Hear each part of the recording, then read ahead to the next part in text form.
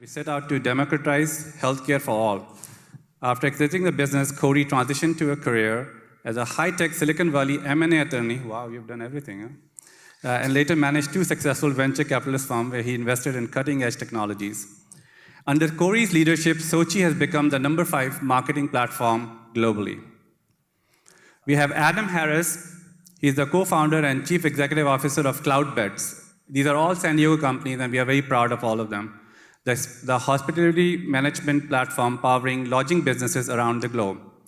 His people-centered leadership, alongside a fully remote distributed workforce of 700+ people in 40+ countries, has grown Cloudbeds into a company that has generated billions of dollars in revenue for thousands of properties.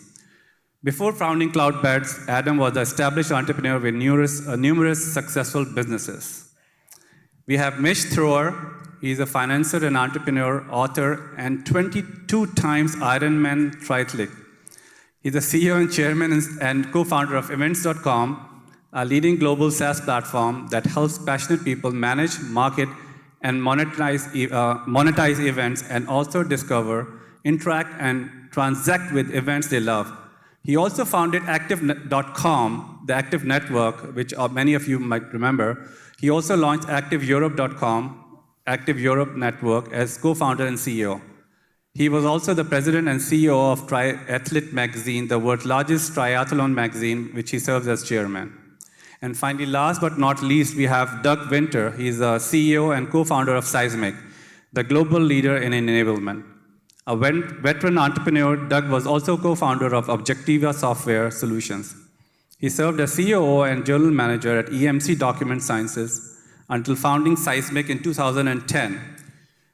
Doug has grown Seismic from a small startup to an international organization with unicorn status, serving more than 2,200 businesses around the world. So a round of applause for our panelists, which represent the best of San Diego. So thank you for being here. So my first question is, if you look at the title of the talk about unicorn, so when the term unicorn was devised around 11 years ago, since then there are around 1,300 unicorns, and San Francisco is the capital of unicorn, then we have New York, and then other places. So my questioning will be all around your journey from where you started and where you are right now and where you're going. And all of you represent companies that are growing very fast and hopefully become unicorns in San Diego. So I'll start with Afif, and if you can guide the journey where you started with SOCi, the idea, the genesis, and then how did you grew it to the point it is right now, and same question to all four of you for respective vantage points about your respective companies. If I'm being honest, we didn't set out the company to become a unicorn. We just set out to build, an incredible company in this space and solve a really complex problem. So I was in another company leading the charge there, selling it, and heard from some of the customers about a problem they were having that seemed complicated. Did the research, looked like a big market, got with the engineer, thought we could build something sophisticated that would solve that problem, and then maybe exit pretty quickly. So that's what we set out to do is, hey, let's flip this in 2 years. 10 years later, we're still here. And so the journey in between is you continue to think about new ways that you can add value to the market, to your customers, to get more wallet share. As soon as you understand how to reach the customer, you don't want to let go. Like, what else can we service this customer with? That's been how SOCi's grown from a point solution to a full platform. We have a suite of products, and that's how we've gotten into now 1,000 different customers that all adopt multiple products with us. So to us, the goal was build an amazing company, deliver real value, and if we can keep doing that repeatedly for the same customer, they'll reward us with more revenue, and that's been a recipe for us. Maybe you can go next. Very similar story, from our perspective. Early on, I'm not from the hotel industry. I just love to travel and been to 60 countries, actually 62 now. So for me, it was very much a journey. And when we got into the root of the issue, there was even in 2012 when we started, even to present, there was like 20 different systems helping a hotel power. So for example, if you're walking around that hotel, they're using software that was written in 1994 still today. And that's a reflection of a industry that's top 20 in the world, yet the worst at democratizing and digitalizing tech. And our peer groups are forestry, prison and incarcerated services, and construction. That's our peer group, right? So here's an industry that touches the largest population of consumers in the world, and yet we are sharing that with forestry and prison services. Like, smart, right? So what we saw was this opportunity to build a platform and ecosystem. I think we started off early on saying, how do we serve the customer as a traveler? How can there be a better experience? How many of you have checked into a hotel and waited in a queue and spent 20 minutes waiting for your key? It doesn't need to be like that. And so we set out with this purpose of trying to simplify down what it means to be a hotelier and what it means to be a traveler. And if we did that, we'd build a great company. If we reached the heights that we thought, cool, we'd get monikers attached to our business. But for us, I think Centaur is way more fun than being a unicorn, because it sort of represents that 100 million ARR, which I know I share with a few of these guys up here. And to be honest with you, fictitious creatures don't really exist. So we're going to just build a good, stable company. Thank you. Maybe. Wait, they don't exist? Sorry, Doug.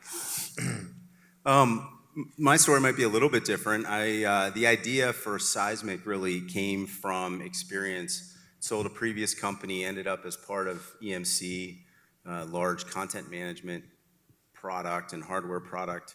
And as I was there kind of doing the integration, I just observed an opportunity in the market that wasn't being met. Around how the evolution of cloud and how the needs of content systems, sales and marketing just weren't being met by the on-premise solutions, and just took a look at it and said, I think I know a group of people that can solve this problem really well, sort of in the next generation of technology, and that was our goal. I think when we started out, we thought, well, we can do this without any outside investment. Let's just go on our own. We had some experiences that weren't great during the dot-com days, and so thought we'll go on our own. You probably all have a business model that you've built. You wrote it in Excel or Google Sheets. You got that little magic button at the bottom where you can grab it and drag it to the right, and it fills in year after year after year, and you see the revenue and the employees and the customers go up and the profits stay negative forever. Had one of those. Now 14 years in, I'm like way past where I stopped pulling that little sheet, but so it's been exciting to experience that growth. And when it comes to the term unicorn, I think originally it was $1 billion valuation, and now everyone's looking at that as less exciting than it was back then. But I will echo what Adam and Afif said, that build a great business, the valuations and all the accolades and the labels, those will come as you build a great business, and that's what we're trying to do. So my journey with events.com really started with, wow, that's loud. My journey started with my prior venture and also as an athlete. So I actually got frustrated registering for an event because they sent me an email, or excuse me, a printed mail, and it said, welcome back next year, Mitten Threvavin. And I realized there's a better way to do registration and technology for athletic events. So prior to events.com, co-founded active.com. That company, we had a wonderful experience, went public on New York Stock Exchange, Vista bought us, and then was also involved in competitor group where we actually became owners of events. So similar to your experience where you're now the customer, we realized, okay, there's something very different here. Event organizers today, what we realized, are using up to 15 different platforms to power their event. One for ticketing, one for marketing, one for analytics. They've got a different one for your app for the event. Then another person on a corner selling sponsorship is going to get recruited away because they're good with people. And it was a nightmare of sorts. The industry of managing events became very disparate. And so by building a solution and then becoming a customer of that solution, it was very obvious for my co-founder and I that there's a much better way to do this by bringing it all together on one platform. So I think we were fortunate to be living in both worlds where you can see the dimension. So I'd encourage you, I mean, my 2 lessons are maybe encapsulated in this. Become your customer. Like literally become your customer. Go and live at your customer's office for a week and figure out all their pain points. Think about what they're using your technology for. And the second thing is, kind of a formula that's something that I've derived over the years when trying to think about what it takes to create a great business, a unicorn or whatever corn, is if you fill the void for a customer that creates value by creating a reliable, renewable, high margin, low maintenance revenue stream that aggregates massive amounts of data, that's probably your fastest course. Because that solves your capital problems, that solves your infrastructure problems, it allows you to scale more efficiently. So that's the formula. Thank you for that. So being a CEO, you go through different evolution, right? So you can start with 2, 3 guys with an idea in an incubator or in your garage somewhere. And then you get your first customer, then you get your 1 million ARR, then your 10 million ARR, and then 100 million ARR and beyond. Along this journey, you have to evolve as a CEO. You have to make different decisions. Your team has to evolve. Your go-to-market, sales marketing team, your engineering or technology team, your customer acquisition strategy. So through those forks in the road, I just wanted to maybe, starting with you, Mitch, and going in the opposite direction, how did you evolve your sales, marketing, and engineering as you went through these different phases? And on top of that, fundraising, right? So you were at seed, Series A, Series B, different points, best points. So how do you think through that, and how do you adapt accordingly to take it to where it is right now? Yeah, so as a company, with Events.com, we had a unique value proposition. We eliminated from our list of investors venture capital and private equity. We focused primarily on high net worths, family offices, strategic investors, and we were blessed to have had experiences before on the management team, so we were able to do that. And for us, that was an intentional method of getting patient capital. And it was very effective for us. And one of the things to your first part of the question, which is, you learn the hard way that each act of the play requires a different set of skills. Yeah. Someone who goes from 0 to $1 million in revenue at proof of concept is a very different person than someone that goes from $1 million to 10 to 100, et cetera. And so what's important to note early on is with the people you are with, make sure that when you start working with them, they have a defined role and that you have an open communication with them to let them know what they're good at and what they're bad at, and to make sure people understand that it's part of the evolution, because you don't want to have to, every time the curtain goes down and lift it up, have a totally different set of people working there. You want to have people in different roles and new people coming on stage. Maybe. Yeah, there's a lot in that question. Probably spend 15 minutes, but I won't. I think I'd focus on maybe 2 things. One, the go-to-market motion. I think the most important thing there is know who you are. If you're targeting SMB with a product-led growth motion, know who you are and be ready to say no to the big account that wants you to do a bunch of custom work. If you, like we did, focus on large enterprise, know that that's going to be the case and that you're probably not going to be a great fit for some of those smaller businesses. And then you set up your go-to-market motions around that. And if you ever deviate from that path, do it in a very conscious way, because those things are extremely different, and the people are different, the motions are different, the way you set it up is quite different. And if you try to do one when your team's set up for the other, you're going to fail. The other aspect of the question that I would take on is, as a CEO, how you have to look in the mirror. Imagine there's a number of CEOs in the audience. And one of the things that I've found as we've gone from 0 to 400 million in revenue is you have to constantly ask yourself, what does my job need to be now? And make the hard decision sometimes to say, I'm not going to do the thing that I really love doing anymore because I really need to spend my energy and my time here. And that obviously also includes looking at your team, because that's the part that never goes away. From our very first board meeting with an outside investor, that how is your team, who's going to scale, who's not, what do you need, where do you need to make changes, and that's been a part of almost every single board meeting over the last decade. There you go. It's a loaded question for sure. I mean, I would echo.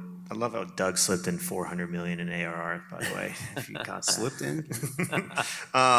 No, but I think to Doug's point, one of the things we do, and this is a lesson for all leadership, we always use the sort of rule, like if you know someone and you've known them for 2 years, you should then look at those last 2 years as a reflection in whether or not they can continue to do that role, including myself as CEO, going forward. So knowing what I know about Doug, is Doug the right person to support me in his capacity today, knowing what we have to go do next? Yeah, probably not. Same thing for me. So we're constantly doing the reflection throughout each of the stages. What might be your unbelievable go-to-market person from 0 to 10 might not be the same one from 10 to 100. Fief and I have had that conversation a lot recently. But at the end of the day, being able to look in the mirror and saying, do I want to do this? Because it's hard. In raising capital from institutional investors versus the early stage VCs is totally different playbook, totally different expectations. They treat you as like, they'll send in a team of analysts, and most of the time they're half your age, and they will just drill you on questions for 30 minutes every month. And it's just a different behavior. That doesn't mean it's wrong or right. And so I think from my perspective, I've really enjoyed the different phases, but I try to look ahead always. It's like, what am I going to anticipate? What is my team going to need to anticipate? And then try to give them the resources.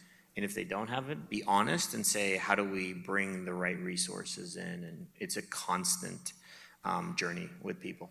Okay. And Afif, your point of view? I think these are all great answers, so I'll just sort of supplement them. I have 2 rules. One, don't ever be the smartest person at the table. It's just a waste of your time. A lot of you are founders. If you're a great product person, you're like, oh, I'm the product person, you're already in trouble. Go find a better product person. If you're in the sales phase of your company, go find the best sales guy. Marketing, customer success, keep outdoing yourself. Don't ever be the smartest guy at the table if you can help it. And then 2, what I tell my team is keep hiring to replace yourself. And I don't mean that they should be out of a job. I mean, if they're going to move up and become more strategic in the business, that work they're doing today can't stop getting done. Someone else has to do it. So you're constantly looking to hire someone that can be the next version of you. You've got to train them up.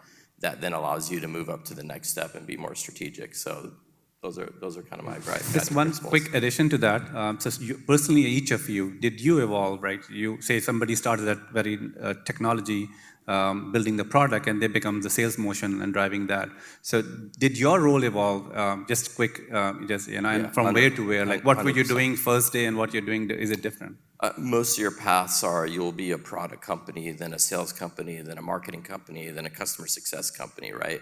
That's usually the path. And if you can help be more of them earlier, like I would maybe put customer success earlier. But those are typical evolutions. You got to build it, you got to sell it, you got to then learn how to market it to more people and then take care of your customers. So all of those phases require you to be somebody different. And then as you get bigger and there's more complications, and now you have to evolve into being more of a cultural leader and raising money, and so it never ends. To Doug's point, you're constantly asking, what does the business need from me now? It may not be why I started it. Maybe I love product, but that might not be what you need to do. So I think just adding a twist to it, so now you're building a successful company, each of you, but it's typically outside the area which is considered the Bay Area or the Valley. So what was the variables? We're building something in San Diego, for example, whether it's a talent retention and acquisition, whether it's a customer acquisition. To each of you, if you are doing here, were there differences that you faced, or things you have to do differently, or you approached, there's no difference if you're doing here versus, acquisition to capital also compared to Bay Area? Maybe I'll start with you. So the constant theme, right? San Diego versus the rest of the world. How many days of sun do we have in San Diego every year? Yeah. And there are some dark days as an entrepreneur. there are some difficult times, right? It's kind of like buying a box of Band-Aids. You know you're going to get cut, you know you're going to get injured, but you're not really sure how yet. But you need that box of Band-Aids that's on yourself. And in looking at San Diego, I stumbled into San Diego many years ago in 1993, and I got out here from the East Coast. I grew up in New York and Connecticut, and I looked around and thought, is it really this nice every day? And it became a part of my ethos, which is to live someplace where people spend their entire year sometimes saving up enough money to go on a one-week vacation here. And what if you can work there and be a part of that as part of your life? It really is changing, and you need that extra energy that comes from San Diego. You know that feeling when you come back into San Diego, you get in the airplane and you just come into San Diego airspace, no matter where you are, you could be in Hong Kong or beautiful French Riviera, and you just get to San Diego and you're like, ah.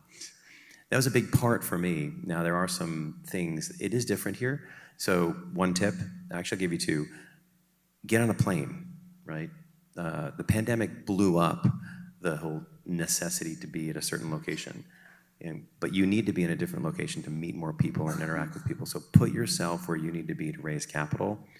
Don't just send an email from San Diego to raise capital or to sell a client. Just get on a plane, drive, travel.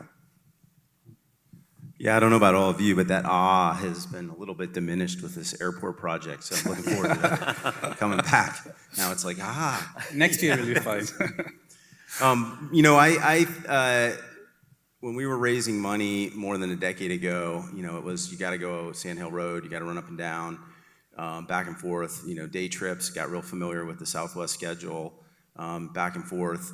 The investors, the first time I went for our Series A, always asked me, are you going to move the team up to San Francisco? And of course, I had no intention of doing that, but you tap dance around because you're trying to raise money.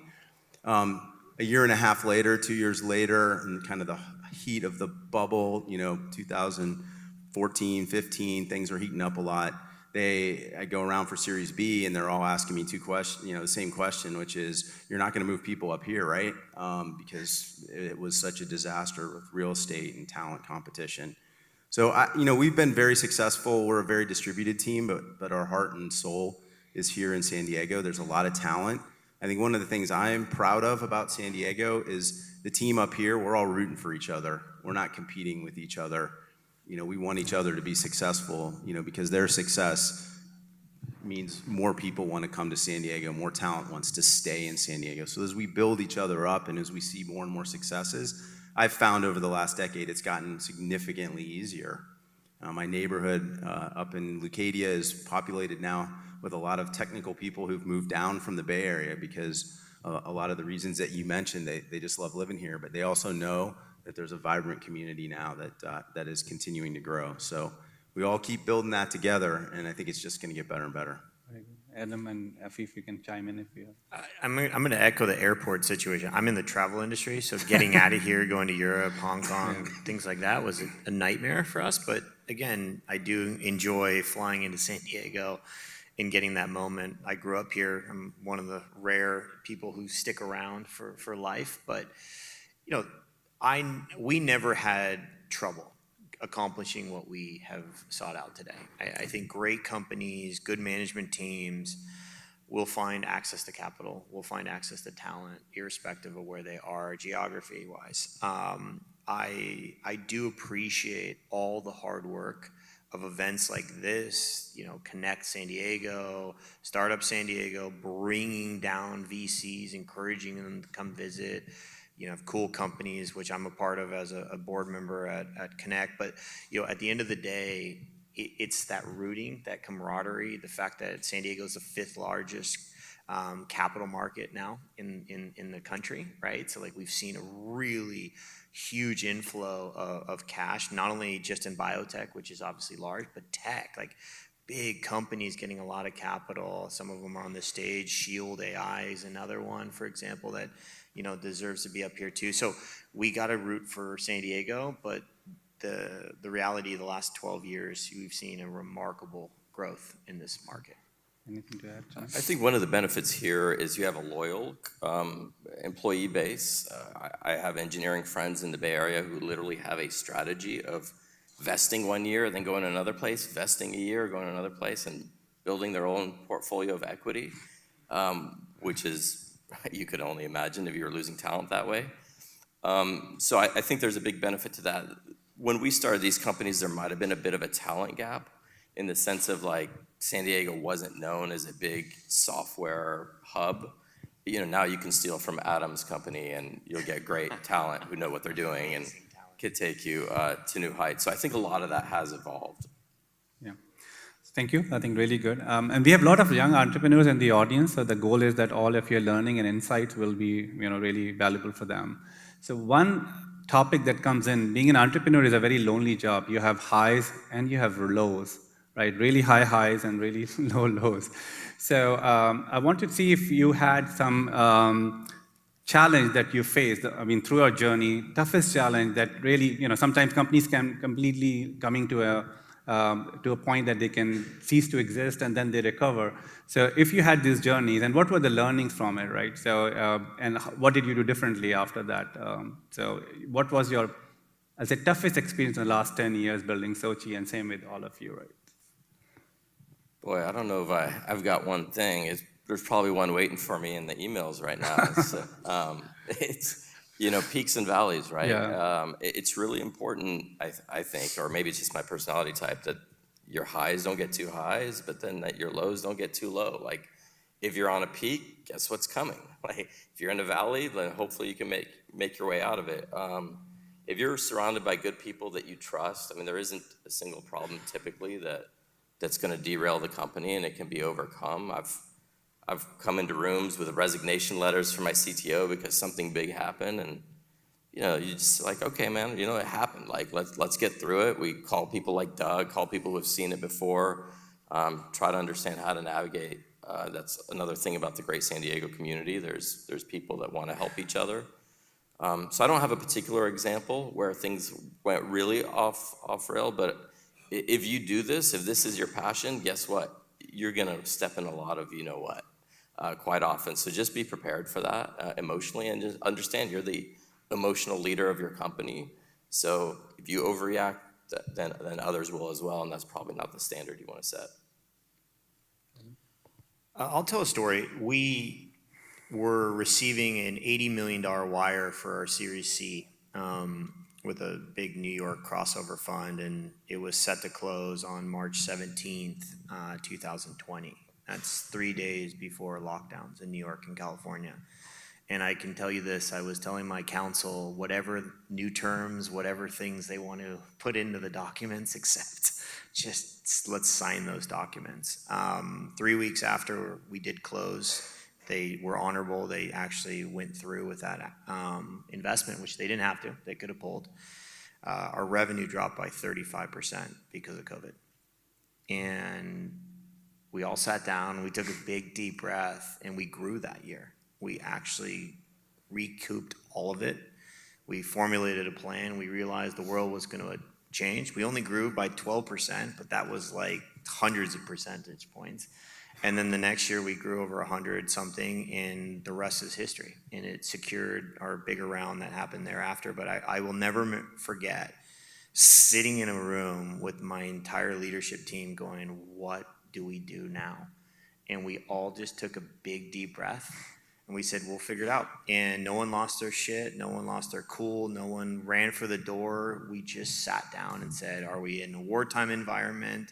You had all the media going crazy, and the reality is that loyalty that exists in San Diego. I had conversations with a few folks up here, conversations with the board, and we ended up spending $5 million supporting our customers. That was the decision. So we actually came out of pocket, helped our hotels get by. We put 55,000 first responders into hotel rooms who were dealing with the pandemic. That gave us tremendous street cred in the industry, and we built camaraderie amongst our team that actually believed in our purpose and our vision, and it was the best decision we've ever made, and COVID was actually helpful for us.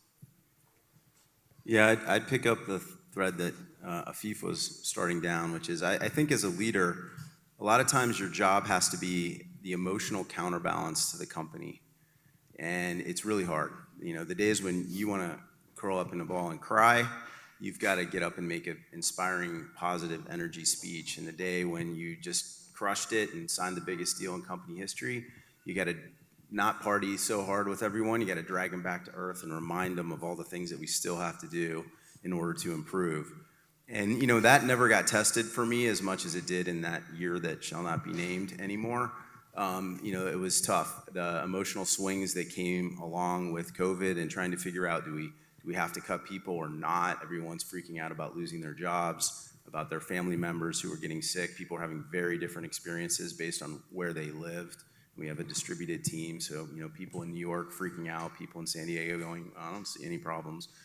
Having to deal with that and inspire people, the civil rights unrest that followed, closely after that, all of those things together where the company's looking at you as a leader and saying, you need to have an opinion, you need to speak, and going, well, I'm not qualified to do it. I don't know what I'm supposed to do, but you have to project that confidence and you have to set a direction. And I think just keeping in mind that emotional counterbalance is a really hard thing to do. You need to have someone whose shoulder you can cry on and who you can really celebrate with, but you have to really be guarded about the way you show up for your company. So existential for us, again on the theme of 2020, we're in the events business, and the same way they made drinking illegal during Prohibition, they made events illegal during 2020. And you could still go to a hotel, at least most of the time, outside of lockdown, but we were in a world where we couldn't actually operate. So luckily, though, it pays, and I encourage you as entrepreneurs to read the fine print, and especially read your disclosure schedules, read your what-if statements that are in there, and start to think through your emergency planning. I had to go into emergency planning post 9/11, in 01, 05, 08, with different cycles of different venture groups we were working with. And so, as a CEO, it also pays to be paranoid. We actually picked up, fortunately, on the pandemic in December of 2019, because we were trying to figure out how to tell the event organizer at Woodstock to spray for ticks, working with Blue Dot, which was the infectious disease department that picked up on the pandemic before the WHO did. So we were sort of in the room as this was developing, and we as a management team ran around. Everyone thought we were out of our mind, but we insulated the business, prepared what was happening. We were able to get a real head start, and then when things started to roll out, all event companies sort of became the Titanic, right? It's like, no more revenue, everyone's still there, everyone needs a job. What do you do? What do you tell a single parent when you can't pay them anymore? I mean, that was probably one of the most difficult conversations in my life. We didn't fire a single person. We furloughed everybody. That's also a very difficult conversation, but we wanted to do that so people could keep their health insurance. And they would at least have the stability of knowing they could get through it healthy. But wrapping up here, for us, what we did is we had a strategy, and I'll never forget, I approached one of my investors, his name was Tim, and I said, Steven and I, my co-founder, we have an idea. Let's go shopping. Let's buy businesses in the event space because the prices will never be as low. And so we've done now 7 acquisitions. Several of them were distressed. So we turned our Titanic into the Carpathia. We went around, started picking up passengers. We overfunded 3 rounds for north of $45 million during the pandemic to do that, and it was a great strategy. Very nice, yeah.